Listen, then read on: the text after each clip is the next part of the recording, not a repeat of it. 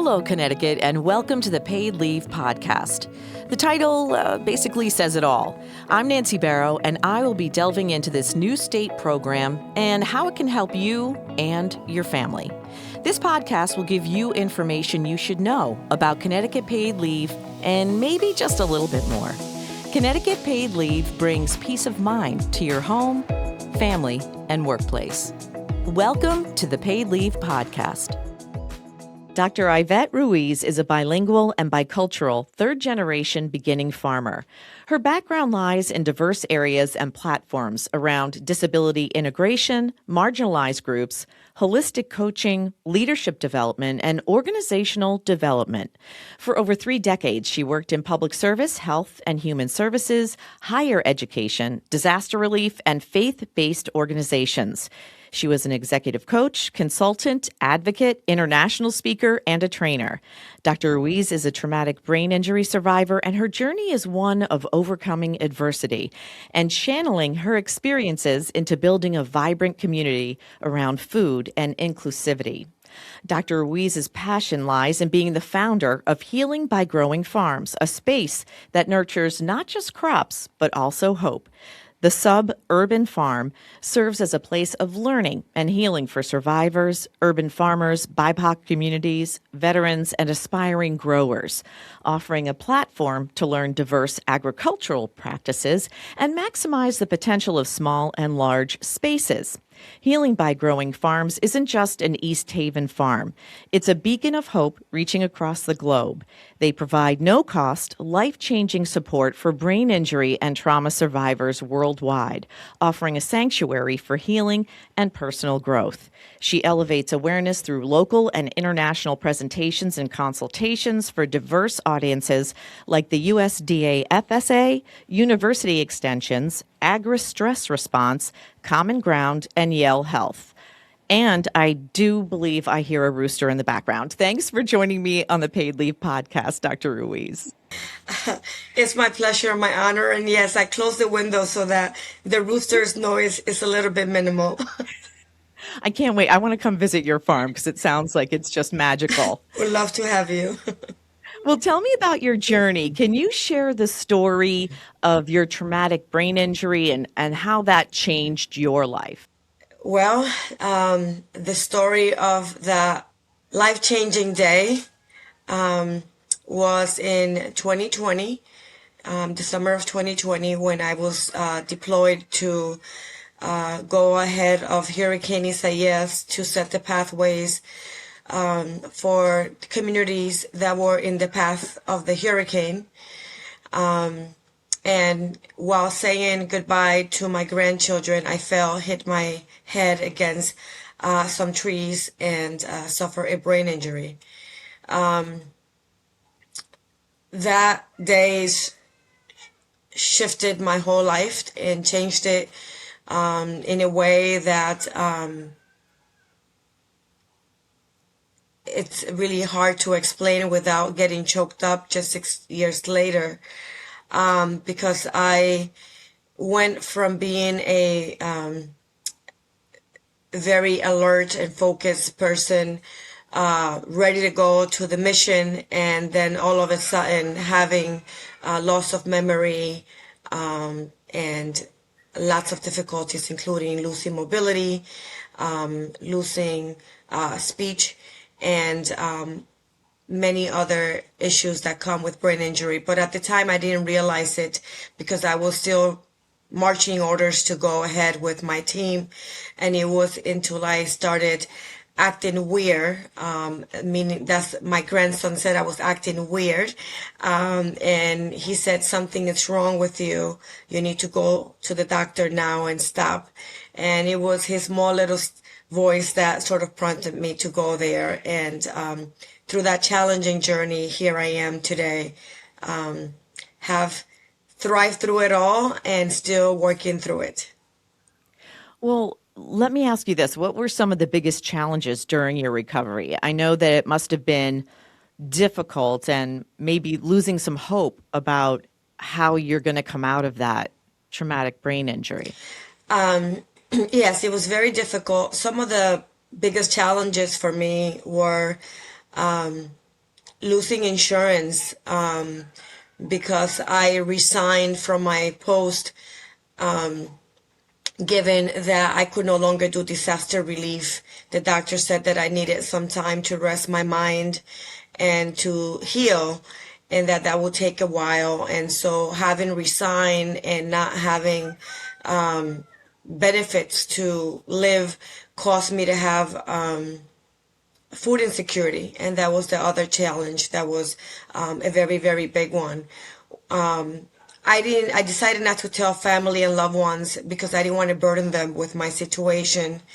And so I sort of kept it to myself. The people that I did say this to try to be helpful, but a lot of the programs, which was a third challenge that I try to reach out to, sadly, were not able to provide services for me. A lot of the services meant that I had to be a certain age to get food services at my home, or there were services that were not for people with mobility issues. They were in church basements, like food pantries. So if I wasn't driving or I couldn't get down a flight of stairs because I was wheelchair bound or in a walker or in a cane, I could not access the food. And the programs that I thought were there to help me actually were not meant for someone that had the challenges I had. Finding a way to overcome that became very stressful and a very gray space in my life, where I questioned my faith and hope, and where I questioned whether I should continue to live or not. I went through a time that I was I had suicide ideation, but it was by the grace of God as a Christian woman that I sort of reached out to an old colleague slash friend to share how I was feeling in that dark space, and she spoke life to me, and she reminded me who I am and where I stood. Sorry. And she just let me know that it will be okay, that I will get through it, and I have. Well, I think support is one of the most important things in finding your community, right? So it was really wonderful that you had that to help you through that time where you were in despair, right? Like suicidal ideation and all of that that comes with it. And depression, I'm sure you were depressed. You know, losing what you had prior to. You were well educated and, you know, you were a vibrant person in the community, and then losing that, I'm assuming would be very, very difficult. And losing food and being food insecure must have just been something different that you've never experienced before. It was definitely a challenging time, and not having insurance was very disappointing, because the places that I turned to get health insurance or second opinions did not, turn me down because I didn't have health insurance or the cash to pay it. I even went for alternative healthcare consultations in different farms or different therapies in outdoor places, but everybody wanted $100 for just 45 minutes or more, and it became very, very challenging. And you do become, as a strong person who all of a sudden is battling with many insecurities, it is difficult. I have had many difficulties in my life, so challenge is not something that is a first time situation for me, but brain injury was. And I think it's very different when you are an individual who helps people with disabilities and unserved communities, like I have had for all of my life. But when it happens to you personally, it is definitely different, and it takes a different toll on you when you're hit with it face to face. No money, no food, not proper health care, and mobility, not knowing 2+2. All of those things add up and definitely make anyone depressed, and questionable which way they should go next. Well, you look great now. I mean, and you're doing really well now. But let's start about the gardening. When did you start gardening and then realizing that this was therapeutic for you? Sure. My friend Jane, who I called during my darkest of time, reminded me how much I loved gardening. And before my time with doing disaster relief, I used to spend hours and hours gardening and just being outdoors.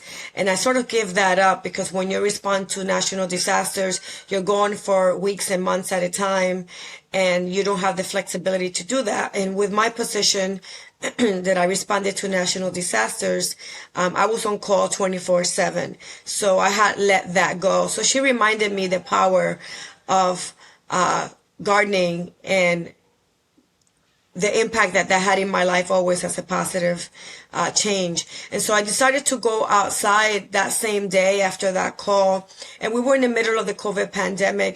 And I was also a responder helping out with the COVID pandemic, sort of doing research, finding out what we had, body bags, because a lot of hospitals ran out of body bags, where people needed to be, how do people reach people that they didn't know about. So I was in the middle of so many other things in the deep and roots of the pandemic, so that didn't make it easy. But one thing I did know was that there were people that were going hungry because there was no food in the shelves. And so I knew that I had a green thumb and that I could grow stuff. So I started reaching out to folks, letting them know if they could give me seedlings or seeds, because again, finances were very limited. And people started sending me seeds and seedlings, and I started growing food, and I started going outdoors. Even when I was in the most of pain, even with tears in my eyes, I just started going outdoors and started just messing with the soil, preparing it for when the seeds come. Because just like we have to prepare our minds and our bodies and our souls to pivot from where we at to where we want to be, so we don't get stuck in the trauma, I had to prepare the soil. I always say that the soil in nature and planting is just very similar to our souls and us becoming that seed in the darkness and seeing light. And I started growing potatoes and sticks. And sticks are, for those people that don't know, is just a piece of bare stick. It's not even a bare root. Bare root has roots on the bottom. A stick is just a piece of wood that looks like a pencil and has no roots, no stems, no leaves, or nothing. And so a lot of those willow sticks got donated to me, and other sticks of other crops and vegetables. And I just didn't know what I was doing with those because I never had done those. And I just followed the instructions, get some soil and stick them in there and water them and nurture them. That's all I did. And that's where the journey began for me, in a different way, because it was gardening to provide food for others. But what I didn't realize how therapeutic and healing it was for me. I did it most for the community and to get out of the house. All the other benefits that stem out of it were just bonuses and just God's blessings to me. Nature can do a lot, it can heal a lot of things. And it's wonderful that you found that. And when did you decide to open your farm to the other people who were also suffering? Sure. Well, as a researcher, one of the things that I did was begin to do the research because I knew it was having a positive impact on my life. And when I started going to Gaylord Hospital for my therapy and different other places for my therapy, I started hearing other people being depressed and feeling blue and feeling sad because they were experiencing long COVID, although at the time we didn't know it was called long COVID. But people were really, really struggling. And I just started saying to people, I recently went through something similar, although it was not long COVID. I have a space in my property that I'm growing food for other people. Would you like to join me? Has helped me tremendously. I've done some research to back it up. So before I started telling people about it, I did some research that to back up. I believe that people move better when they have data, and data shows that when you are in green environments and when you're surrounded by plants and leaves and life all together, including animals, that people heal a lot faster, that people take less medication, depression goes down, high blood pressure goes down, and the list goes on. And I just started sharing with people and just volunteering my space And what ended up being something to produce food and help the community and help me heal ended up being a respite space to heal others. And that's how Healing by Growing Farms was birthed. Because before I knew it, people started telling other people, clients started telling other clients, and there were people showing up in canes, wheelchairs, and walkers, and it just blew my mind. It's amazing how healing, like you said, nature can be. Is there a story of somebody whose life was positively impacted through your farming at Healing by Growing Farms that really sticks with you? Yeah, well, I have a few, but I know time is limited, so I will definitely share the most recent one. The most recent one was a young man who came here to do volunteer work through an organization that provides brain injury services. And they wanted to place some other clients to do volunteer work with other similar like people like me. I have a brain injury. And he started coming here a few times a week to learn how to do volunteer work and to engage in nature, because he loves to be outdoors, and he felt like he wanted to contribute to something that had a bigger cause than just being at home. He also wanted to gain skills to be employed again and get a job and reunite the workforce. And I had him here and I trained him animal husbandry. It was in the middle of the winter. We have emotional support animals, rabbits, quail, chickens, roosters, and I showed them how to connect with the animals and how to take care of them. And in the process, they take care of us, because a lot of our animals are adopted with trauma. And so somebody with trauma helping another thing with trauma really is really, really impactful, very soothing and very healing. And as a result, he not only learned new skills and was very happy to be here and explain how being here provided peace and healing for him. But he was able to get a job with Deep, and now has a job that he can contribute to his own livelihood. And although he's a brain injury survivor, he has learned a valuable lesson that I learned and that I share with people, is that we can't let trauma or an injury define us and control us, but we have to take that and turn it around so that we don't get stuck, and find a way to get unstuck and pivot so that we can still live and thrive. Did you ever think that you were going to have a farm that was going to be a therapeutic farm and help other people? I've always thought of having a farm since I was a child. I always said when I retire, I was going to have a farm for people in communities who have never visited a farm.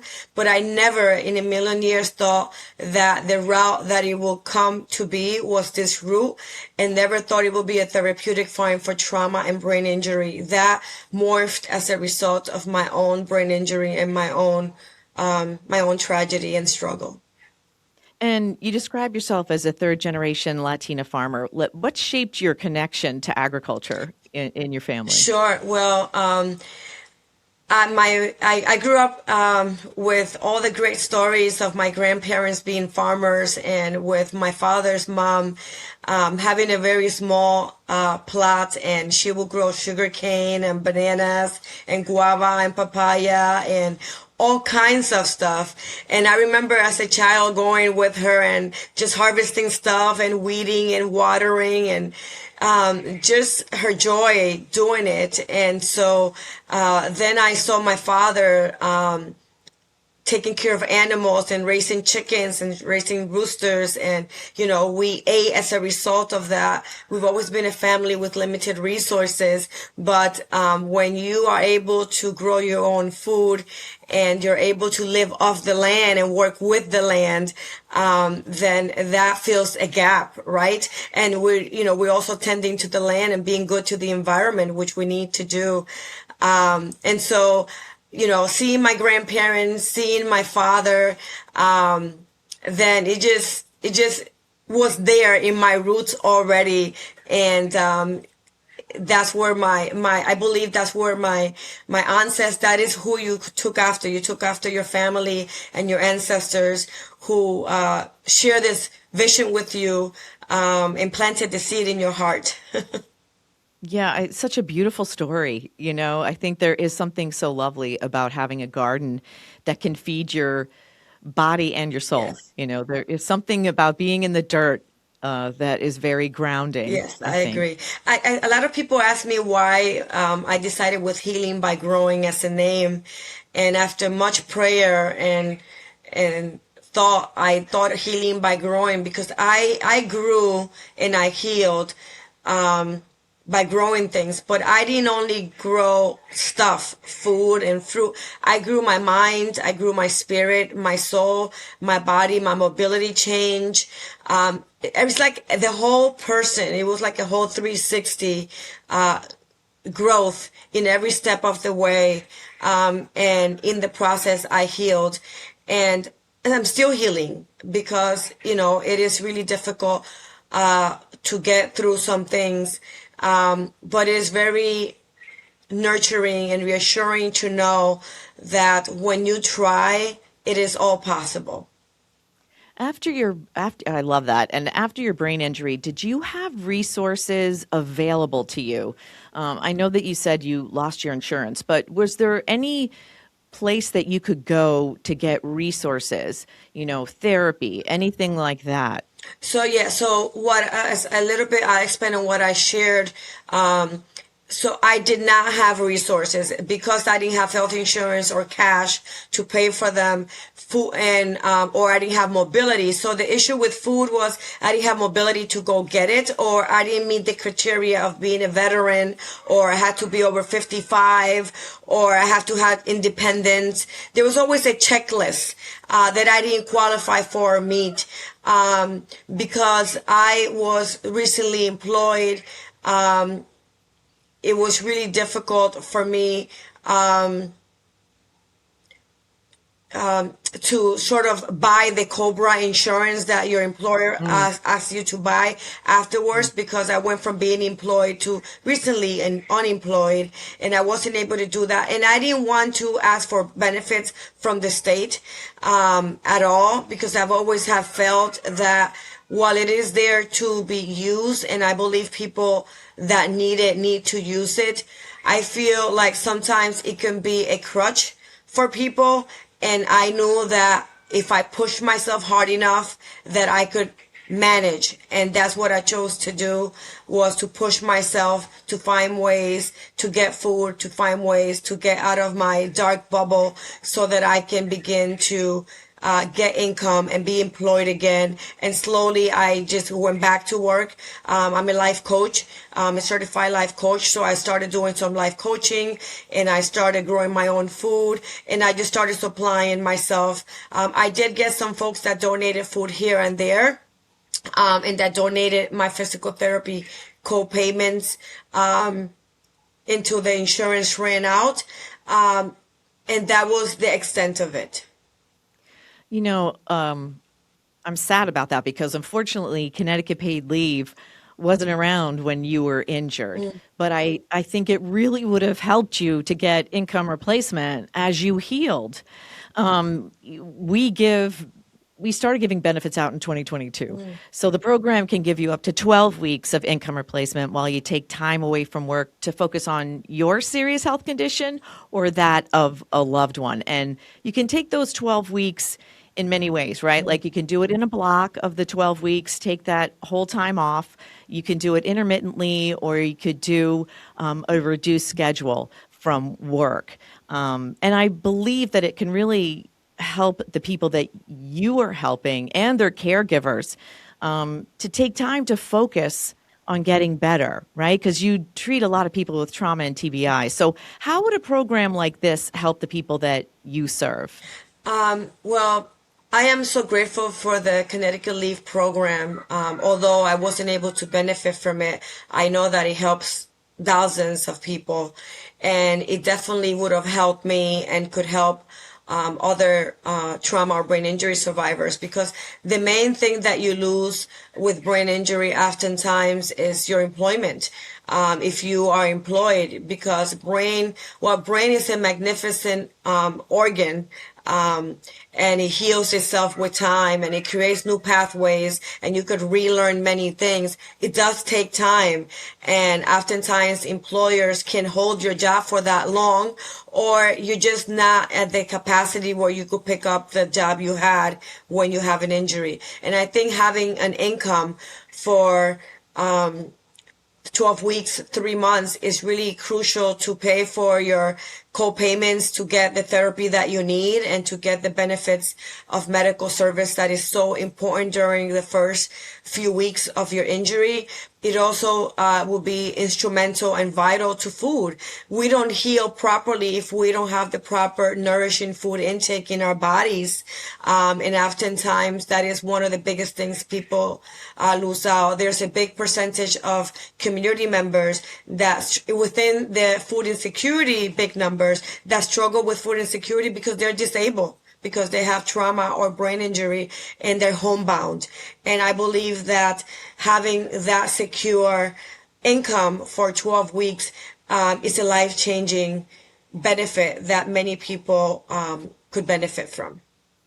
Yeah, and we do treat chronic conditions. So if you started taking your 12 weeks in January of a year, you would have those 12 weeks for that entire year. And then in January, you would start accruing more time again. So if you needed like intermittent leave to go to a doctor's appointment or go to a physical therapy or occupational therapy, it would be there for people who are employed. And if you lose your job, you still have those benefits for the 3 months after you leave a job. So there is some flexibility with Connecticut Paid Leave, and I think we're super lucky we have it in this state. I agree. I believe it's a blessing for a lot of people, and I believe a lot of people are just beginning to learn about it. So I am glad for the work that you do and for talking about it, because I think it's really helpful and information that people need. Yeah, and it's even for part-time workers, if they work about 11 hours or more, even minimum wage, they would be able to have these benefits. So it's really important for people to know about it. Yes, of course, and we definitely share it with folks that come to us that are working or that were working and need assistance. Now that I know about it, I definitely have been sharing. Thank you so much. When you think about your journey, doctor, from family farming roots that we talked about to surviving a traumatic brain injury to founding a healing-centered farm, what are you most proud of when you look back at that and you see what you have accomplished? I'm most proud of two things. The first one is we have very, very low resources because I work to support my farm. And I have limited work. As a life coach working for yourself, you depend, like any consultant, you depend on clients to come to you for you to get an income. So some months I have 3 clients, and some months I have 0, and some months I have 10. And so I'm proud of that. Despite the limited resources, I'm still able to provide all free services to all brain injury and trauma survivors that come here. We don't charge a penny. We don't charge an insurance. We don't charge anything. Everything is free, and we donate upwards to thousands of pounds of food every growing season at no cost to anyone, because my goal is to break the barriers that I confronted with food security, not having money, not having insurance. And we also deliver the food for those who are homebound with mobility issues. My goal was to break every barrier that I had so that somebody else can live and thrive without those challenges. So going through all that and pushing through is one of my biggest achievements, because I see people smiling and with full tummies. And an extension of that is because we have maximized our space, because we're a very small suburban farm. We have created 14 healing gardens across the globe. We have created a healing garden in Nigeria for children, one in Mexico for children. We have one in Ohio, Iowa, Rhode Island, Massachusetts. We have 5 in Connecticut. And the list goes on, because we are creating healing by growing gardens so that they could build community, they could provide food security for folks who need it, and bring people together to heal in community with like-mindedness, all free of charge.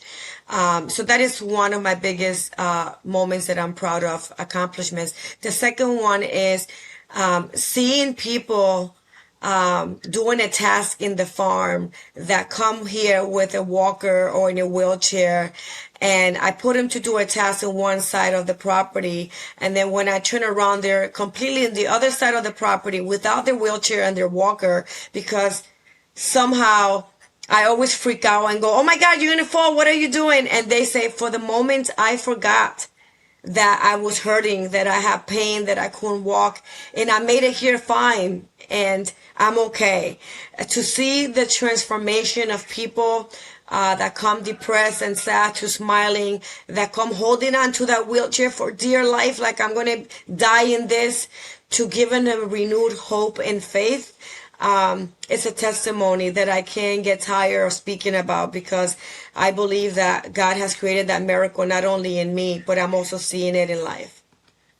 I just think it's such a special place that you've created, and I'm so glad to hear that it's spreading across the globe. I mean, we need things like that. We need good stories like this, and beautiful things that can help people. Yes. I think that that's what's missing in the world right now, and so I'm glad that you are a part of that and spreading such a wonderful resource for people. Thank you. Thank you. Mental wellness is a serious thing.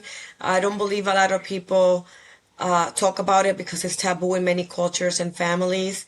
But if we don't take care of our mental health, it definitely leads to suicide, and suicide continues to creep in numbers. And it's really, really important that we have safe spaces to talk about it, and safe spaces to get resources and support, even when you don't have money, even when you don't have insurance, and even in your darkest of moments. It's important to have those spaces for people. Our goal is that in the next 10 years that we will have a healing garden across every state in the USA. Wow, that's a big challenge that you're giving yourself. But I just meeting you and talking to you, I bet you're going to do it. So, and I do agree, mental health is really important. It's like if you break an arm, you're going to go to a doctor, and if your mental health is broken, you need to take care of it. And what a great way to take care of it. By growing food and getting into a garden and just getting into nature. I think that's super special. I really do. Thank you. Thank you, Nancy. And we're also helping the environment along the way. Our tagline is Sanando, meaning healing our brain, our souls, and our soil. We also use the word spirit because it doesn't only heal us and our brain and our spirit, but it also helps our earth with the climate, the way that it's going, and the carbon exchange and the loss of pollinators. We make sure that everything we do here benefits our world, our land, our universe, while it also heals us in the community. Let me tell you, I do love bees. So, those pollinators are really important, and the birds Yes. as well. So what would you like people watching this podcast to take away from our conversation today, Doctor? A takeaway for me is never to give up, to have hope, even in the darkest of moments, because if I can do it, you can too, whoever you are watching or listening to this. There is always a way to climb out of it, but it does come at a cost and sacrifice and lots of hard work. It's not easy, but nothing in life worth having is easy. Yeah, you are a special human being. That's all I can say about you. Dr. Ivette Ruiz, thank you for sharing your work and your story, your connection to nature, this incredible mission behind Healing by Growing Farms. I think that your approach reminds us a little bit that healing doesn't always happen in an office or a clinic, right? It sometimes happens with our hands in the soil or surrounded by the community and reconnecting with just something a little bit deeper. And I just want to thank you again for being a guest on the Paid Leave podcast. Well, it's been my pleasure and my honor. Thank you for having us, and thank you for sharing our story. I appreciate you. It's really a wonderful story, and I really want to come and visit your garden. Please check out the show notes for more information about Healing by Growing Farm in East Haven. And for more information or to apply for benefits, please go to ctpaidleave.org. This has been another edition of the Paid Leave Podcast. Please like and subscribe so you'll be notified about new podcasts that become available. Connecticut Paid Leave is a public act with a personal purpose. I'm Nancy Barrow, and thanks for listening.